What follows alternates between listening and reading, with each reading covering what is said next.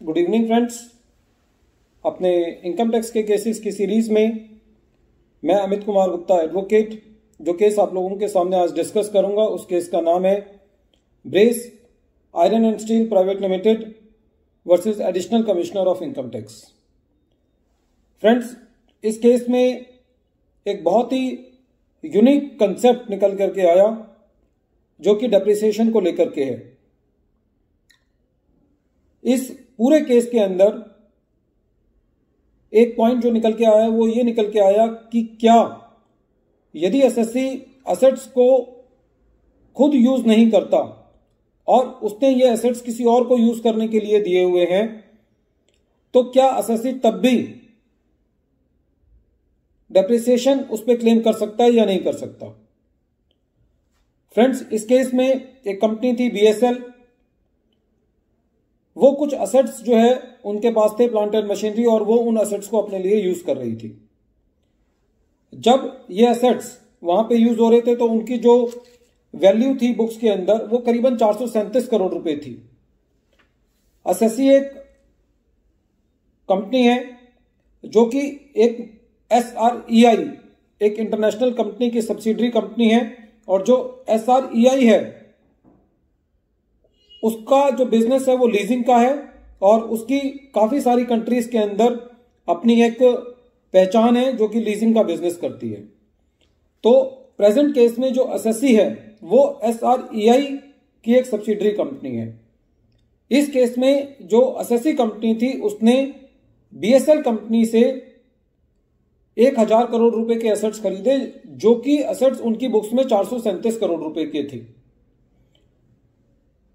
ये जब एसेट्स खरीदे गए एसएससी के द्वारा तो एक सेल कम लीज बैक ट्रांजैक्शन का एग्रीमेंट किया गया कि ये एसेट्स खरीदने के बाद एसएससी ये एसेट्स बीएसएल को दोबारा लीज पर देगा।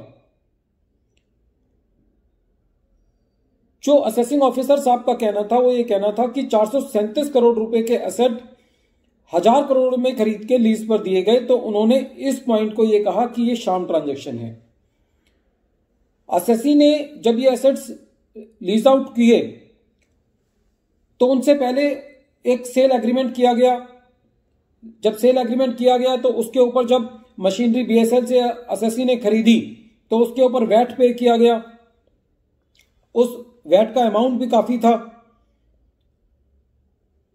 और जब ये एसेट्स एसएससी ने बीएसएल से खरीदे तो फिजिकल मूवमेंट नहीं हुई क्योंकि इतने सारे हैवी एसेट्स थे वो बीएसएल के पास थे।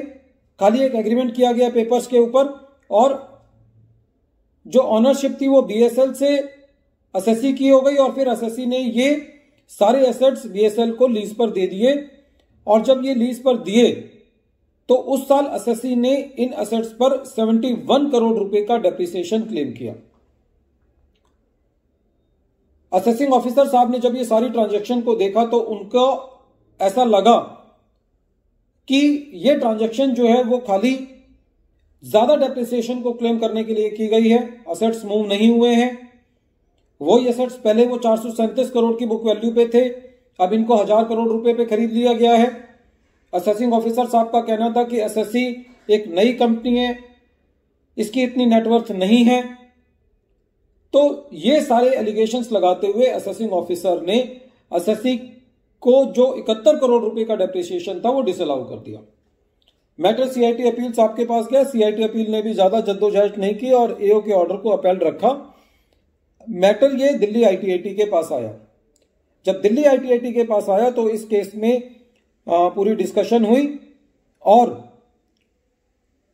दिल्ली आईटीएटी ने जो अपनी फाइंडिंग्स थी वो ये दी कि जो सेल कम लीज बैक ट्रांजैक्शन है वो सेक्शन 43 सब सेक्शन 1 में रिकॉग्नाइज्ड है। वहां पे भी इसका जिक्र किया गया है। तो इसका मतलब ये है कि सारी की सारी सेल कम लीज बैक ट्रांजैक्शन जो है वो शाम ट्रांजैक्शंस नहीं होती।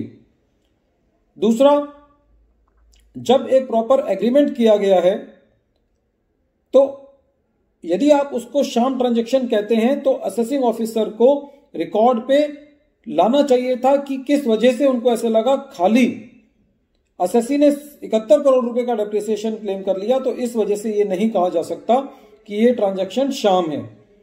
और ITAT ने यह भी कहा कि सेल कम लीज बैक ट्रांजैक्शन के लिए ये जरूरी नहीं है कि जो असेट्स हैं उनके फिजिकल मूवमेंट जो है वो BSL से एसएससी के पास हो।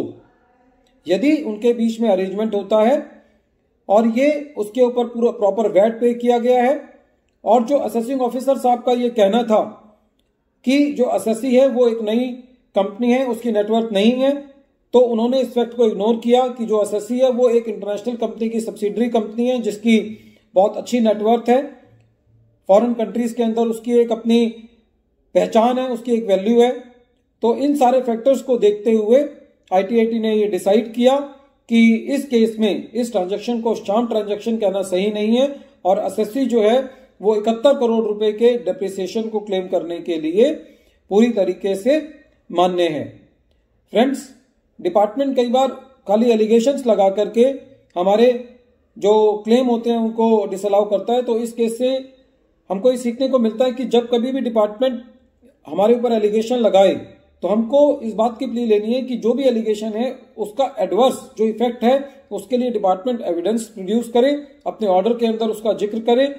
खाली कह देने से कि ये शाम ट्रांजैक्शन है, कोई शाम ट्रांजैक्शन नहीं हो सकती। और सारे पहलुओं को देखते हुए ITAT ने ये कहा कि जो एसएससी है वो एक बहुत बड़ी कंपनी की सब्सिडरी कंपनी है और ऐसी कंपनी की सब्सिडरी है जिसकी बहुत अच्छी नेटवर्थ है। तो इस पॉइंट पे भी AO ने जो ये कहा था कि एसएससी की नेटवर्थ नहीं है। दूसरा, असेसिंग ऑफिसर साहब का ये कहना था कि कोई फिजिकल मूवमेंट नहीं हुई, तो बिकॉज ऑफ बिजनेस एफिशिएंसी जब एक सेल कम लीज बैक ट्रांजैक्शन होती है तो उसके लिए फिजिकल मूवमेंट होना जरूरी नहीं है। कहीं पे भी ऐसा लिखा हुआ नहीं है, एक्ट में कहीं ऐसा ये प्रावधान नहीं है कि there should be physical movement of the assets. तो इस केस में सारे पहलुओं को देखते हुए ये डिसाइड किया गया कि डेप्रिसिएशन को क्लेम करने के लिए ये जरूरी नहीं है कि एसएससी उन एसेट्स को अपने लिए यूज करे। यदि एसएससी ने उन एसेट्स को लीज आउट भी किया हुआ है तो एसएससी उन एसेट्स पर डेप्रिसिएशन क्लेम कर सकता है। फ्रेंड्स, एक बार फिर मैं केस का नाम रिपीट कर रहा हूं। केस का नाम है brace iron and steel private limited versus additional commissioner of income tax, और ये केस 3 अगस्त 2021 को डिसाइड किया गया और matter 90 ITR tribunal page number 582 पे रिपोर्ट हुआ। Friends, at the end of this deliberation, I appeal to you that please subscribe my channel and press the bell icon so that you may receive the future notifications of my coming videos. Thank you, friends.